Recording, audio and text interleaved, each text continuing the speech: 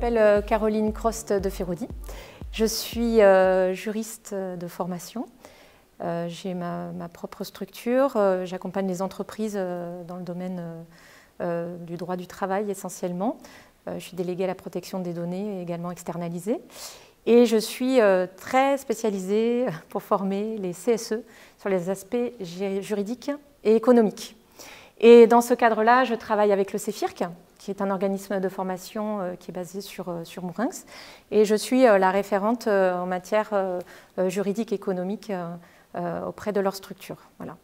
Et en parallèle, je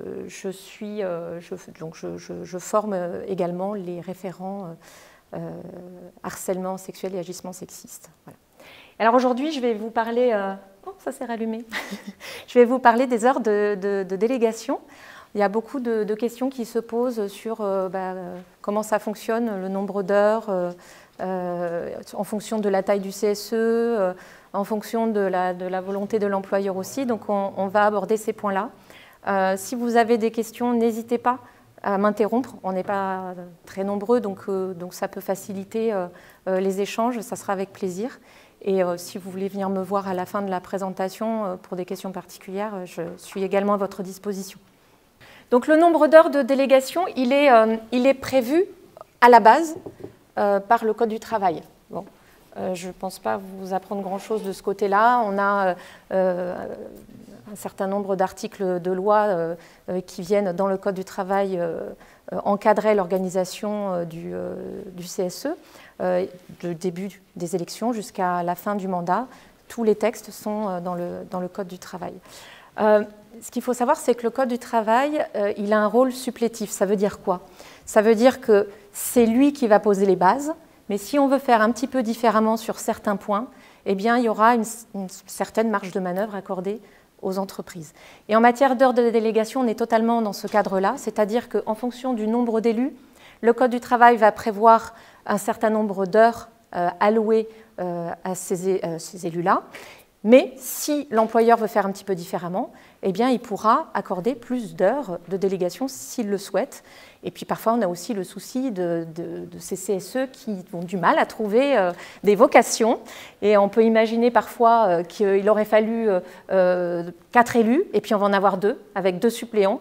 Comment est-ce qu'on fait? Est-ce que du coup, ils auront que, imaginons sur une petite structure avec 10 heures de délégation par titulaire, est-ce qu'ils auront que 2 fois 10 heures, ou est-ce qu'ils auront droit à toutes les heures de délégation dont ils auraient pu bénéficier s'ils avaient eu 4 titulaires. Voilà.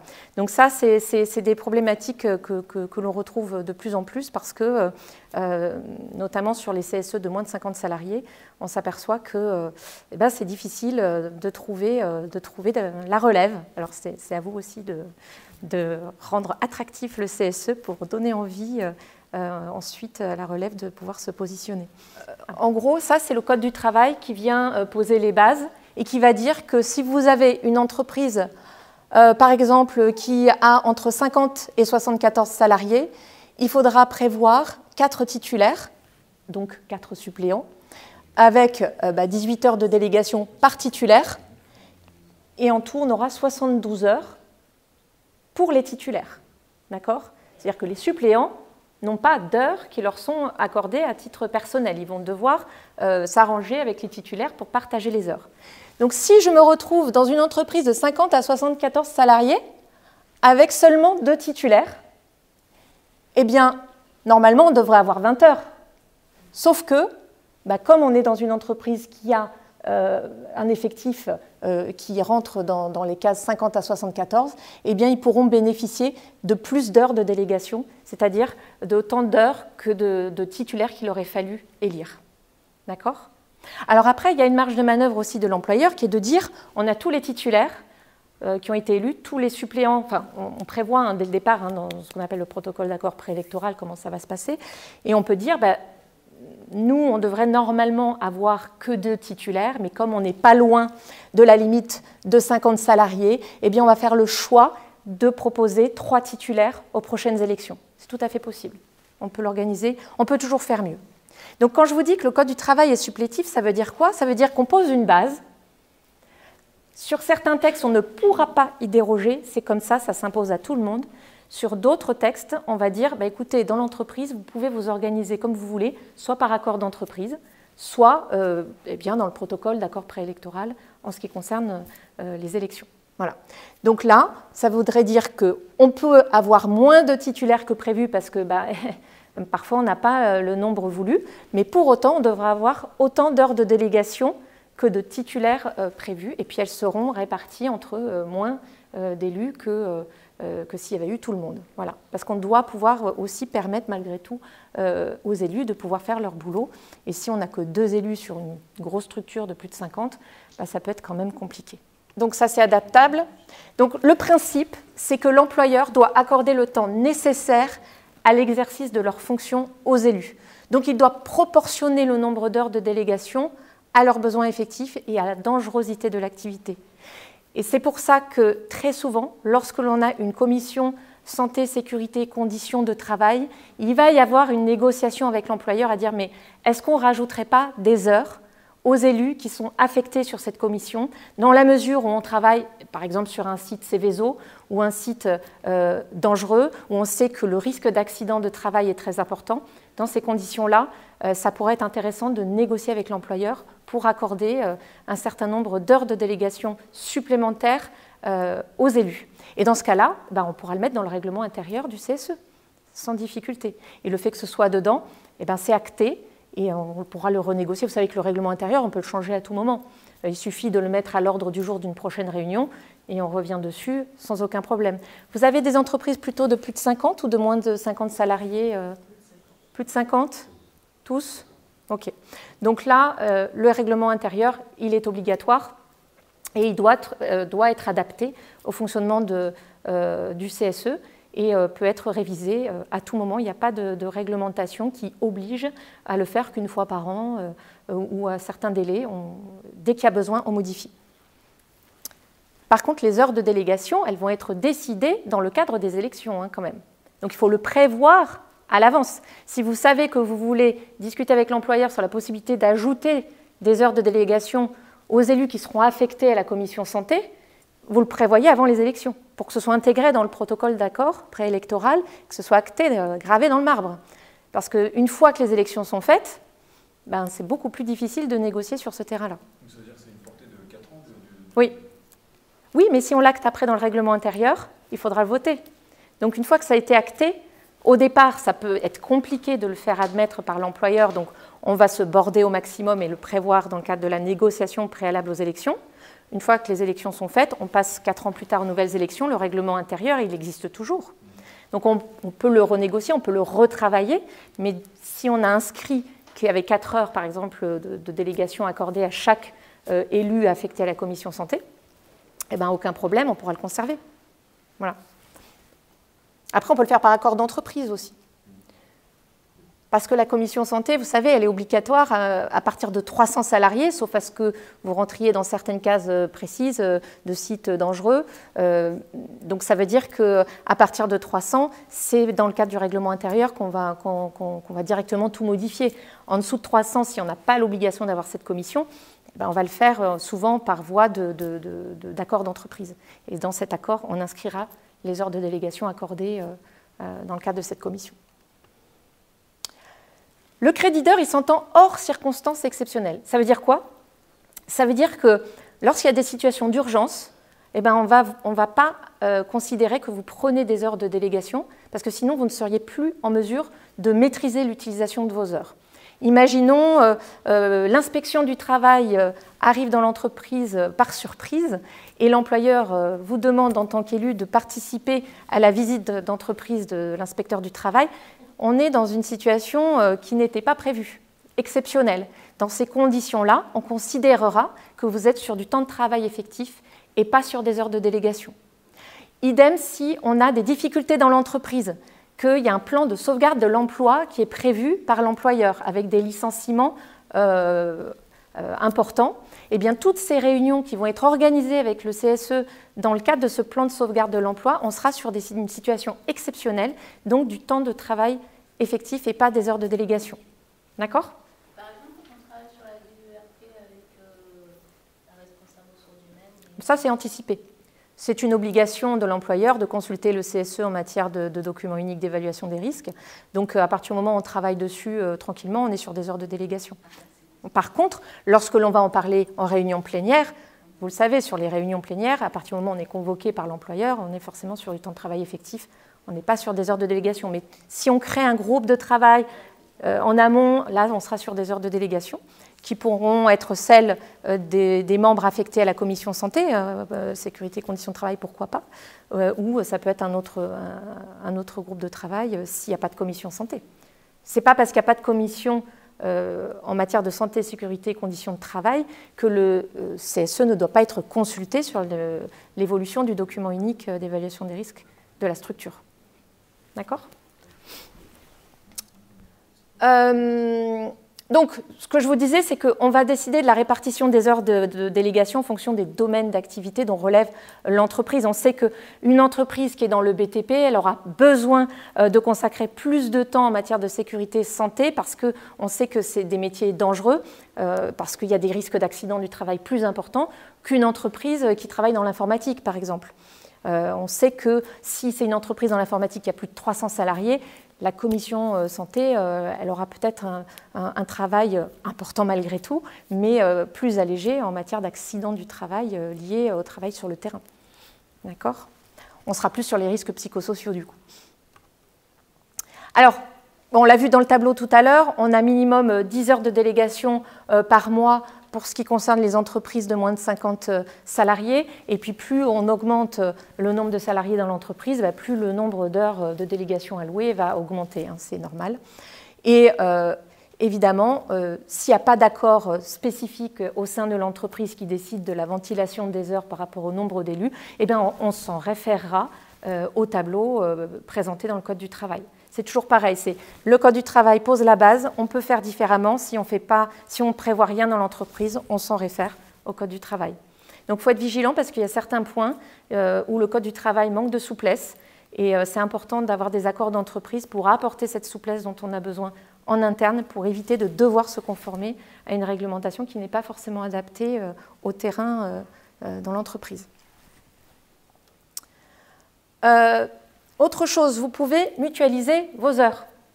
C'est-à-dire qu'on a vu tout à l'heure, on a un contingent d'heures annuelles en fonction du nombre d'élus. Si vous voulez partager vos heures, aucun problème. Entre titulaires, pourquoi pas. Entre titulaires et suppléants aussi. Alors plus il y a d'élus dans l'entreprise, plus il faut encadrer cette utilisation des heures pour pas qu'il y ait de micmac et finalement d'incompréhension. C'est bien de l'encadrer, par exemple, dans le règlement intérieur en disant comment vont être réparties les heures, comment on peut les utiliser. C'est un moyen de structurer et d'éviter des situations potentiellement de conflit. Mais ce qu'il faut retenir, c'est que malgré le fait qu'on puisse mutualiser les heures, on ne pourra pas dépasser 1,5 fois son crédit d'heure. Donc si je bénéficie de 10 heures de crédit par mois, je ne pourrai pas faire plus de 15 heures. C'est un plafond. D'accord ? Donc ça, il faut le respecter. Après, lorsque l'on veut prendre des heures de délégation, il faut en informer au moins son N+1. Alors, quand on est dans des structures plus petites, ça va être peut-être l'employeur directement.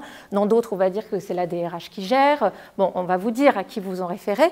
Mais les heures, lorsqu'on les prend, il faut prévenir quelqu'un de la direction qu'on vous aura indiqué comme étant votre référent en la matière. Pourquoi ?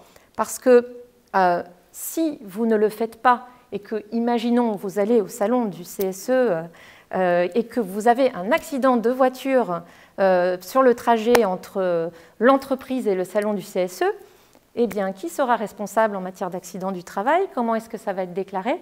Bref, le fait d'avoir informé l'employeur qu'on prend des heures de délégation permet, en cas d'accident du travail, d'être sur une présomption d'accident du travail pris en charge par l'employeur. Donc c'est aussi pour sécuriser votre personne sur le mandat. Ensuite, le fait qu'il faille informer l'employeur, c'est aussi pour une question d'organisation. Si vous dites le matin même, au fait, je prends 2 heures de délégation, je reviens à 13 heures, on peut désorganiser le fonctionnement de l'entreprise. Donc l'employeur a le droit de vous dire, écoute, non, ça ne m'arrange pas. Est-ce que tu pourrais prendre tes heures plutôt demain après-midi ? Si vous le dites une fois de temps en temps comme ça, il n'y a pas de souci. Oui, pour l'organisation, ben, on va faire différemment.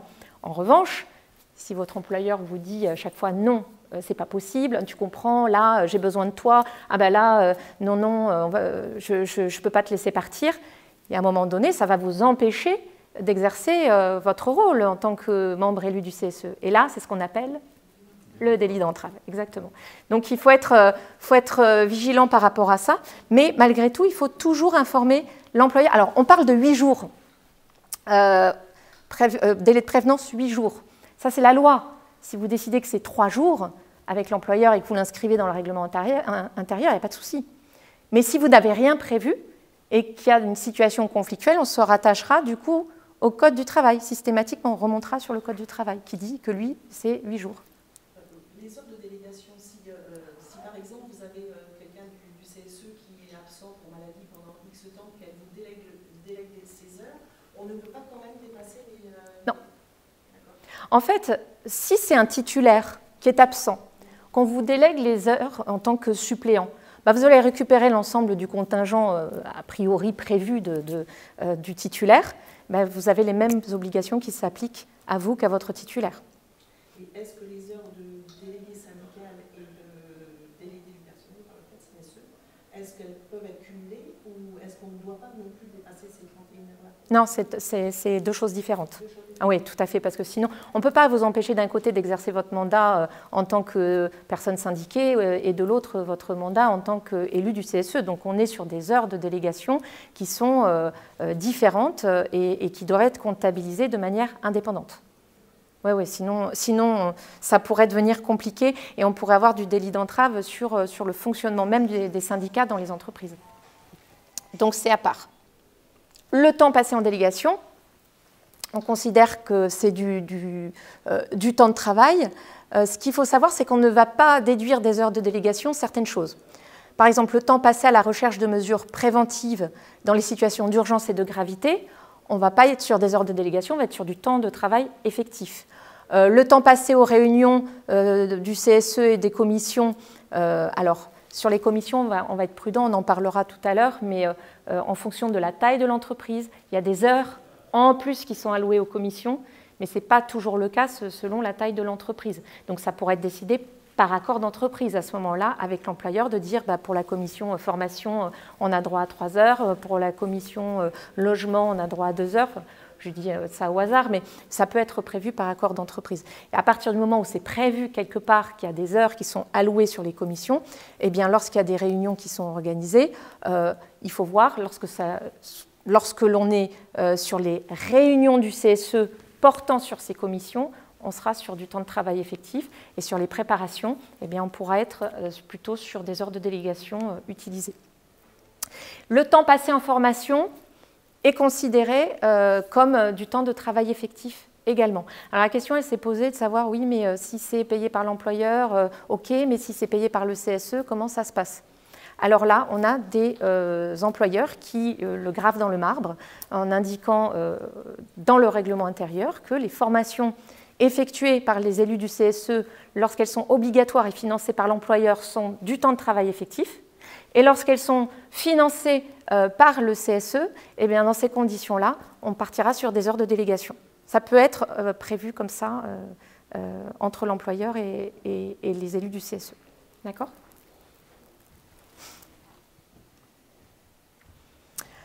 Alors, on a un principe de présomption d'utilisation des heures de délégation.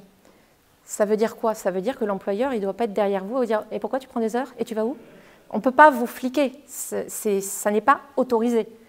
En revanche, lorsque vous prenez des heures pour quitter l'entreprise, pour aller par exemple à l'inspection du travail, il faudra dire à l'employeur que vous prenez des heures et que vous allez sortir du site de l'entreprise. Ça, il faut le prévenir. Mais vous n'avez pas à lui dire où vous allez. Vous prenez des heures, elles sont accordées, il faut que ce soit en lien avec votre mandat. Si c'est pour prendre un RTT déguisé, ça pourra vous retomber dessus. Je le dis parce que ça s'est fait dans certaines structures où certains élus prenaient toujours leurs heures de délégation le vendredi après-midi. Et donc, du coup, il y a un moment donné, l'employeur a dit bon, il y a un souci. Et dans ces conditions-là, s'il y a un abus potentiel, l'employeur pourra demander au salarié de se justifier. Et on va en parler, j'ai une jurisprudence à ce sujet.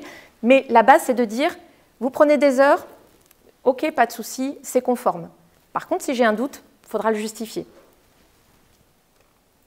Donc là, en fait, on était dans une situation où le salarié, voilà, c'était ça, il prenait des RTT en fin de semaine pour pouvoir rallonger ses week-ends sur les heures de délégation. Et l'employeur a obtenu le remboursement des heures de délégation, en considérant qu'elles étaient indûment payées, parce que le salarié refusait de lui fournir des précisions sur l'utilisation de ces heures. Mais parce qu'on était sur une situation d'abus, c'était toutes les semaines. Voilà. Il faut quand même que l'employeur puisse justifier qu'il y a quelque part un problème. D'accord ? Et donc là, on a un arrêt qui est de la Chambre sociale de la Cour de cassation du 16 février 2022 qui s'est positionné là-dessus. Donc attention à la manière dont vous utilisez vos heures. On n'a par principe pas besoin de les justifier auprès de l'employeur, mais s'il sent qu'il y a abus, eh bien, il pourra vous demander des comptes et vous ne pourrez pas lui refuser de lui rendre des comptes.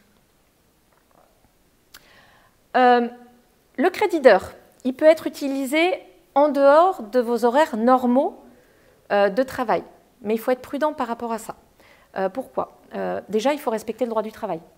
Si vous vous retrouvez à être, je ne sais pas, certains travaillent de nuit, on a quand même une législation qui dit qu'on ne doit pas travailler plus de tant d'heures consécutives, qu'il faut un temps de repos minimal entre 2 journées de travail. Si vous ne respectez pas le code du travail par rapport à ces aspects-là, ce sont ce qu'on appelle des dispositions d'ordre public, elles sont obligatoires, elles s'appliquent à tout le monde, eh bien, vous risquez, ça risque d'être problématique. Et pour le salarié, et pour l'employeur. L'employeur, parce qu'il n'aura pas respecté son principe de sécurité vis-à-vis de son salarié, et le salarié, parce qu'il n'aura pas respecté les heures de travail qui lui sont allouées, et on pourra venir lui reprocher aussi. Donc, le principe, c'est que les heures de délégation, alors je sais, c'est hyper utopique, on est tous débordés, on est là, oh là là, il faut que je fasse ça pour le CSE, du coup, bon, je le fais entre midi et 2, on le fait sur la pause déjeuner, ou on reste un peu plus tard après le boulot en se disant, mais je vais faire ça en 2-2, parfois de la maison, parce qu'on a un ordinateur portable qui nous permet d'accéder aux données du CSE. Bon, on sait que dans la pratique, ce n'est pas toujours évident d'exercer son mandat, qu'on manque de temps, et que souvent, finalement, on a tendance à ne pas prendre les heures, mais quand même à faire le boulot sur le mandat. Mais de manière générale, ce qu'il faut garder en tête, c'est que les heures de délégation, elles doivent être prises pendant les heures de travail. Pourquoi ? Parce que comme c'est considéré, c'est payé en fait par l'employeur. Si vous les effectuez en dehors de vos heures de travail, ça pourrait être considéré comme des heures supplémentaires. Et il faudra les payer en dehors du temps de travail pour l'employeur.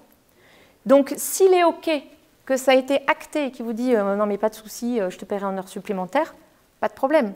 Par contre, si vous décidez de travailler en dehors des heures de travail sur le CSE et que vous dites après l'employeur, au fait, j'ai fait au moins 10 heures sup à cause de mon mandat CSE, l'employeur dira, oui, mais il fallait m'en parler avant, quoi.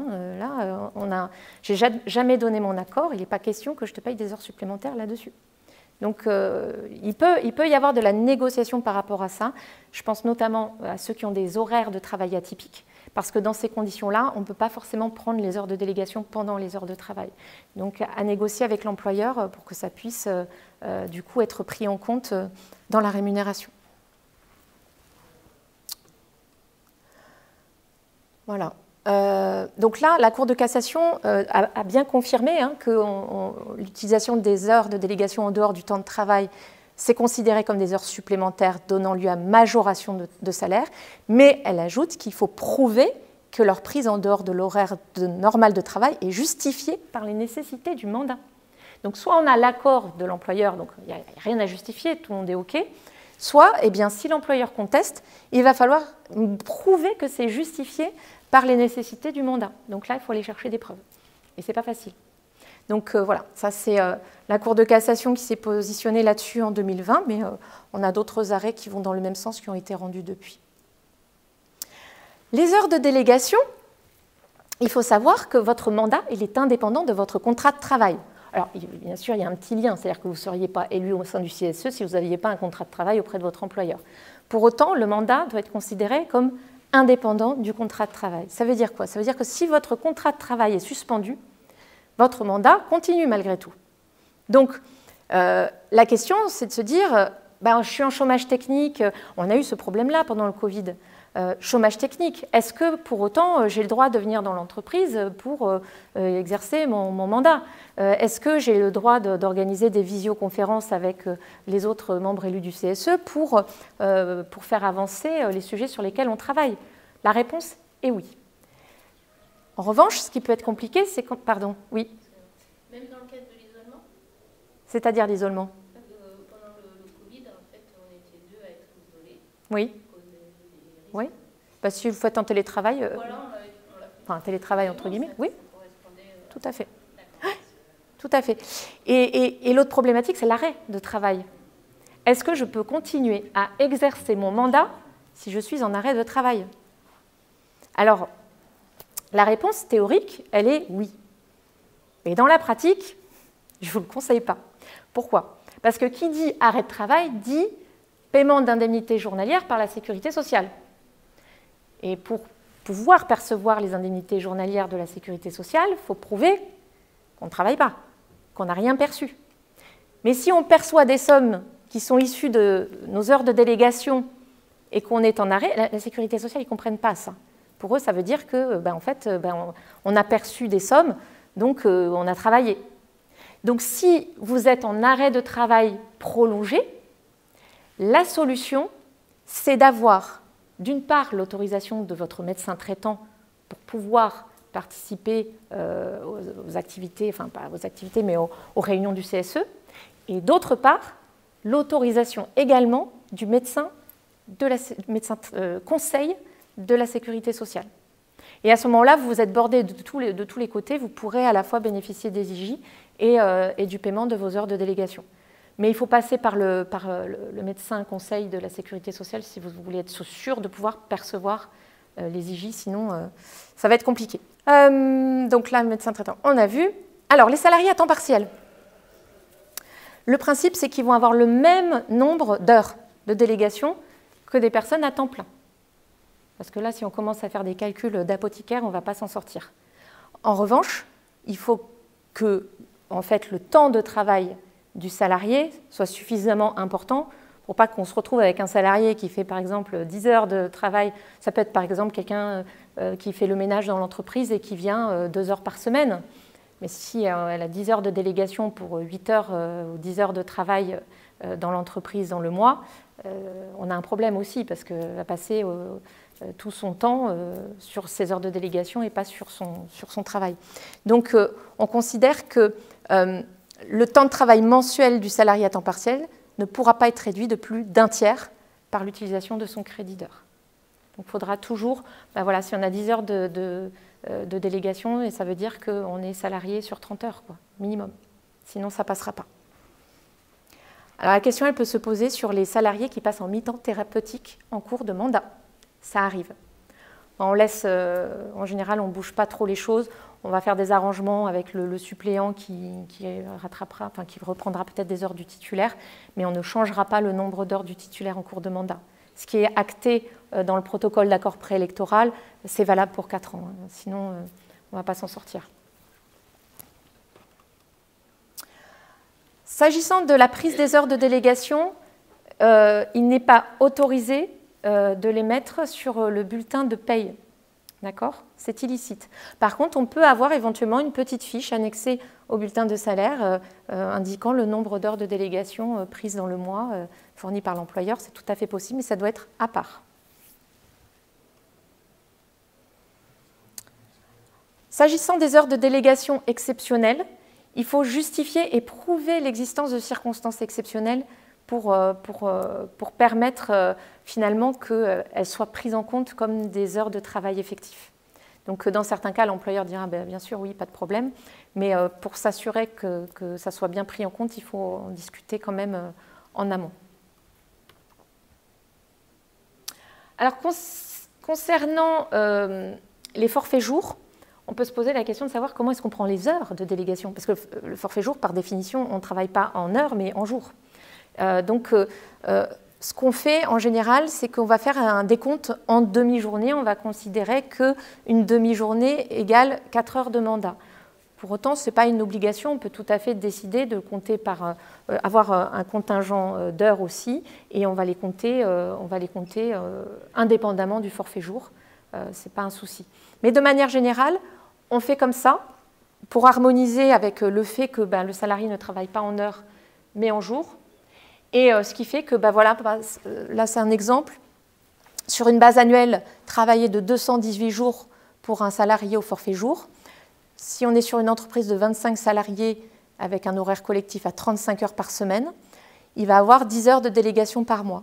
Donc pour savoir de combien de jours il va bénéficier, on va multiplier la base annuelle de 218 jours par 10, qui est le nombre d'heures de délégation prévues par rapport au nombre de salariés, qu'on divise par le temps plein de travail sur le mois, qui est donc de 151,67 heures, on tombe à 14,37 jours. Ça veut dire que, on va être à 14 jours, on va arrondir en fait au demi en dessous. On aurait été à 14,62, on aurait dit 14 jours et demi de délégation. Et là, on est sur 28 journées, demi-journées sur l'année. Voilà, ça peut être comptabilisé de cette manière-là.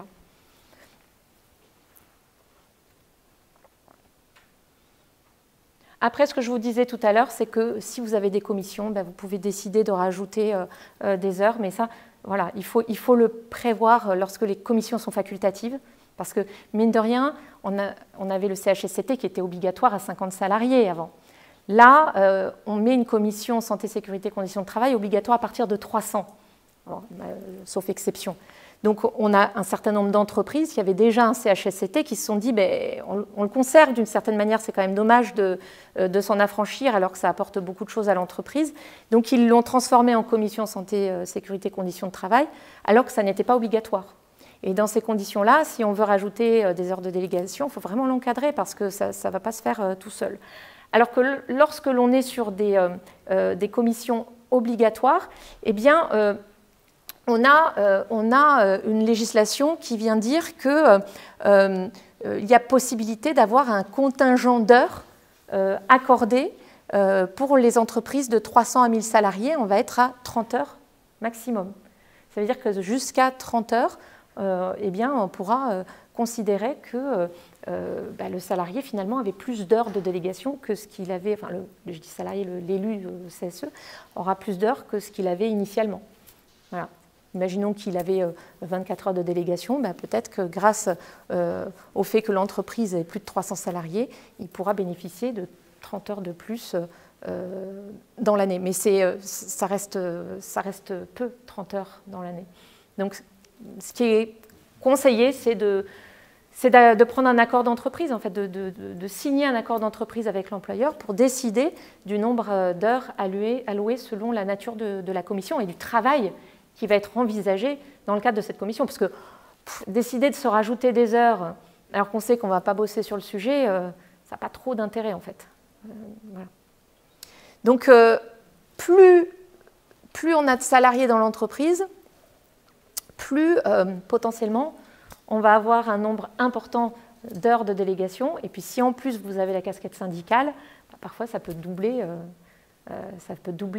les heures de délégation dans le mois. Donc, dans les très grosses entreprises, on constate que bien souvent, les délégués syndicaux ont presque un travail à temps plein sur leur activité syndicale ou d'élus du CSE, si dans certains cas, ils peuvent l'être. Et c'est pour ça que la loi prévoit un retour après possible sur le poste de travail lorsque le mandat se terminera et qu'il ne pourra pas être renouvelé pour éviter que ces gens soient mis au placard derrière, parce qu'ils ont quand même un rôle important à jouer. Voilà, j'espère je pense avoir fait le tour. Je ne sais pas si vous avez des questions par rapport à tout ce que j'ai pu dire, si ça a répondu à vos interrogations, si vous avez appris des choses.